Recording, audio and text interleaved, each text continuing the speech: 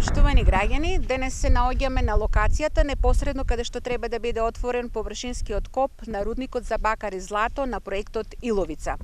Социјалдемократскиот сојуз на Ново село ја споделува со жителите на овој регион загриженоста за реализацијата на проектот Иловица. Оправдани се стравувањата за употреба на цијанидот, еден од најотровните материјали во преработка на ископана руда што се предвидува со проектот. Недозволив е молкот од страна на власта на Никола Груевски, Министерството за животна средина, како и од градоначалниците на општините Босилово и Ново село, дали тие можат да гарантираат за заштита на здравието на граѓаните, како и за заштита на животната средина ако проработи рудникот Иловица. Бараме до објаснувања. Дали мора да се користи отровниот цијанид? Друго, бидејќи е најавено длабинско копање од 840 метри надморска висина па се до 100 метри надморска височина, дури и повеќе, колкави се ризиците од прашината која што ќе се создаде да навлезе низ евентуалните подземни води. Се најавува исто така и користење на подземни води како дополнување на потребите за вода на рудникот, но при тоа се споменува користење на вода од резервоарот на селото Иловица, бидејќи се потребни некаде од 1.500.000 до 2 милиони литри вода во еден работен ден. Прашуваме, дали ова нема да го загрози водоснабдувањето на населеното место Иловица и со тоа да го загрози опстојувањето на граѓаните од ова населено место со вода или да ги загрози земјоделските површини од кои што се обезбедува нивната екзистенција.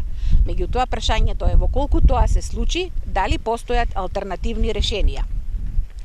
Се предвидува да се уништат околу 500 хектари шума само за површинскиот коп, а додека за целиот комплекс ќе се уништат 1500 хектари шума.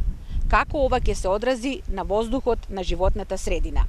Бараме точни информации. Колкаво ќе биде нивото на наталожената прашина од активностите на рудникот и одговор.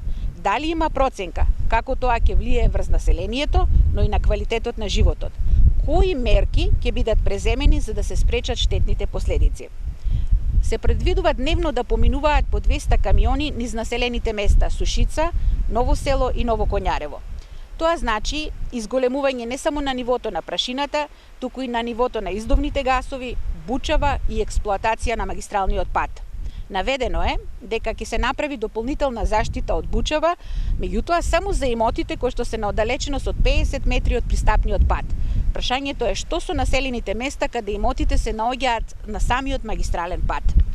Досега ништо не слушнавме дека е изработен план за здравствено и социјално осигурување на населението погодено од работата на рудникот или пак од евентуални хаварии и последици од загадувања. Го потенцираме фактот дека според процентите ќе се загади и земјиштето околу рудникот, а со тоа ќе се намали производството на земјоделските производи, како и нивниот квалитет. Тоа во период од 23 години и ќе значи загадување во многу пошироки размери или поточно ќе опфати многу голем дел од струмичкото поле. Ги поддржуваме жителите од овој регион на сите отворени прашања во врска со проектот Иловица да добијаат одговори и инсистираме при тоа да се земе во предвид мислењето на граѓаните од овој регион.